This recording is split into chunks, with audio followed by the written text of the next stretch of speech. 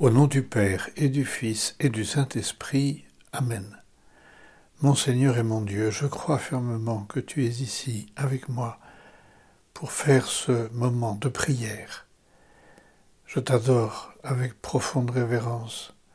Je te demande le pardon de mes péchés et la grâce de faire avec profit ces 10 minutes de prière. Ma Mère Immaculée, Saint Joseph, mon Père et Seigneur, mon ange gardien, intercédez pour moi. Nous voilà rendus, comme on dit en Bretagne, au 18 décembre. Nous sommes donc à une semaine, tout juste, de Noël. Cela fait plusieurs jours, voire plusieurs semaines, que nous voyons autour de nous tous ces préparatifs si joyeux, ces lumières, ces guirlandes, ces boules multicolores, ces préparatifs que nous faisons pour les repas de famille, les cadeaux, bref, une atmosphère de joie, comme celle qui nous a été déjà annoncée lors du 3e dimanche de l'Avent. Et voilà qu'au milieu de la joie de ces préparatifs, la liturgie nous offre un évangile qui, apparemment, est négatif. Mais je dis bien seulement apparemment, car tout l'évangile est très positif. Mais parfois, il y a des choses un petit peu difficiles. Et là, l'évangile nous rapporte cette difficulté, cet écueil, cette blessure qui est venue frapper le cœur de Joseph. Dieu a permis dans la tête et dans le cœur de Saint Joseph une épreuve qu'il n'avait pas prévue du tout. Tous les plans qu'il avait forgés avec Marie, parce que comment imaginer qu'il ait fait tous ces plans de l'épouser tout seul? Évidemment que Marie était avec lui, et depuis probablement assez longtemps. Voilà que tous ces plans s'écroulent. Marie est enceinte. Catastrophe, il ne comprend plus rien. Mais que se passe-t-il? Mais elle m'a trahi. Mais qu'est-ce qui se passe? Non, c'est pas possible, elle ne m'a pas trahi. Pas elle. Il y a quelque chose que je ne comprends pas. Et Saint Joseph, évidemment, a dû beaucoup souffrir. C'est Marie, très probablement, qui lui a elle-même donné la nouvelle. Comment imaginer que le fait qu'elle soit enceinte ait pu se voir à quelques jours après que l'ange Gabriel lui ait annoncé qu'elle deviendrait la mère de Dieu. C'est Marie, lui-même, qui a dû le lui dire.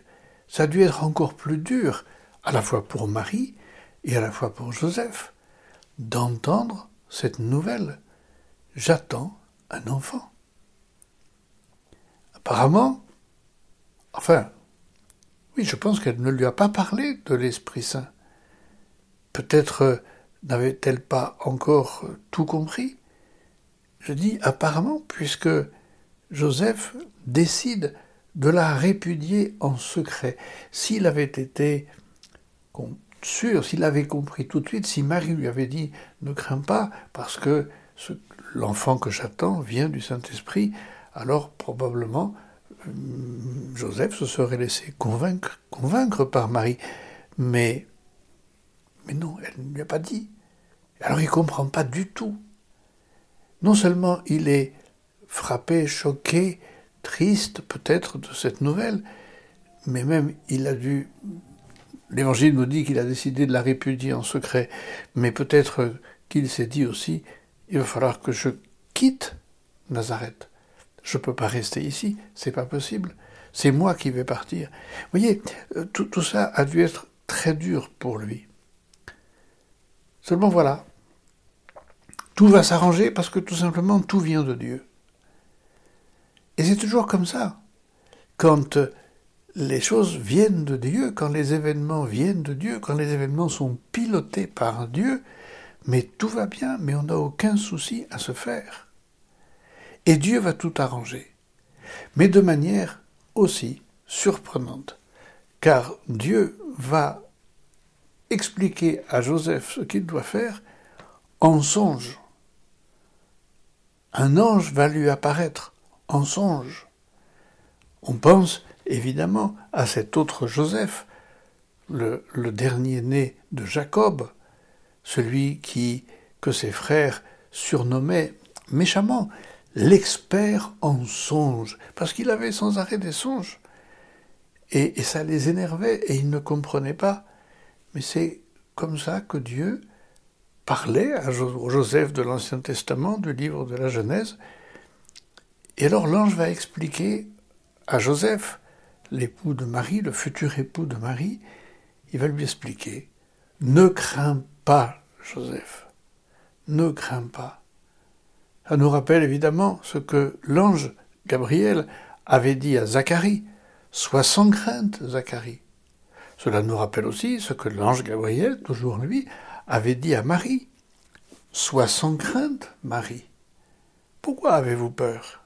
C'est moi. N'aie pas peur, c'est moi.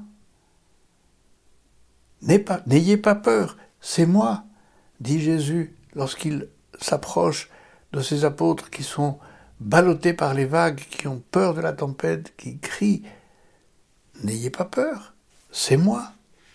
Jésus arrive toujours lorsqu'il voit un de ses enfants qui ne comprend pas ou qui est en danger. Dieu agit. Et Joseph va entendre l'ange qui lui dit « Ne crains pas de prendre Marie pour épouse ». Et au réveil, Joseph a compris, il se réveille, il se lève, il obéit, et l'Évangile nous dit avec une grande sobriété, il prit chez lui son épouse. Voilà, tout s'arrête de manière instantanée. Alors, pensons à nous.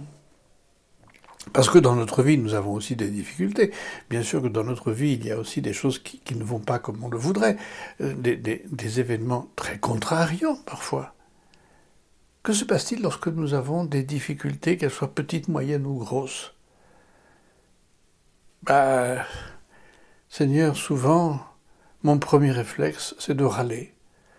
Penser, c'est quand la dernière fois, je pense à moi aussi, je parle pour moi, c'est quand la dernière fois que nous avons râlé contre quelqu'un qui, devant nous, conduisait mal, ne mettait pas son clignotant, s'arrêtait de manière intempestive.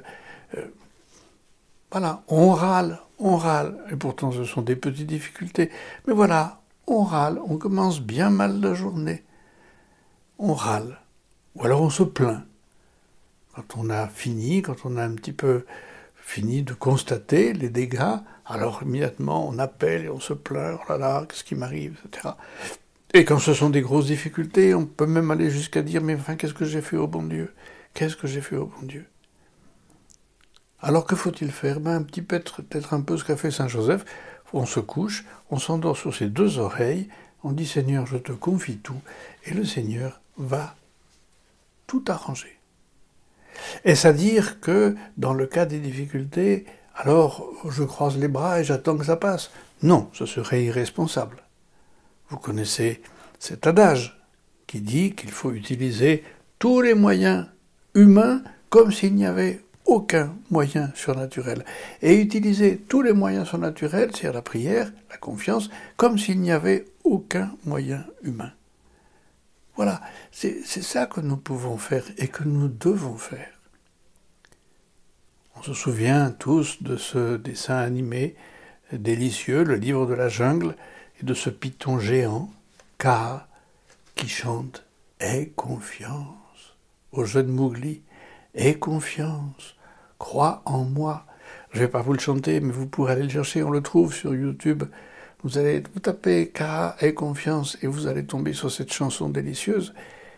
Voilà, un serpent qui en principe, des mauvais souvenirs, le serpent quand même, avec le péché originel. Et voilà, là que c'est Dieu qui nous dit, mais aie confiance, crois en moi, ne t'en fais pas, ne t'agite pas, fais-moi confiance et tout s'arrangera. Essayons d'être patients, parce que parfois la solution ne vient pas tout de suite, mais elle vient toujours.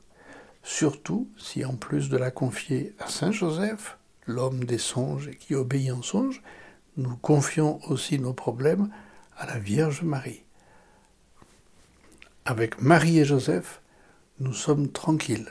Seulement voilà, il faut vraiment leur faire confiance, parce que eux ont fait confiance à Dieu et que nous voulons apprendre d'eux à faire nous aussi confiance à Dieu. Je te remercie, mon Dieu, des bonnes résolutions, des actes d'amour et des inspirations que tu m'as communiquées dans cette méditation. Je te demande de m'aider à les mettre en pratique. Ma Mère Immaculée, Saint Joseph, mon Père et Seigneur, mon ange gardien, intercédez pour moi.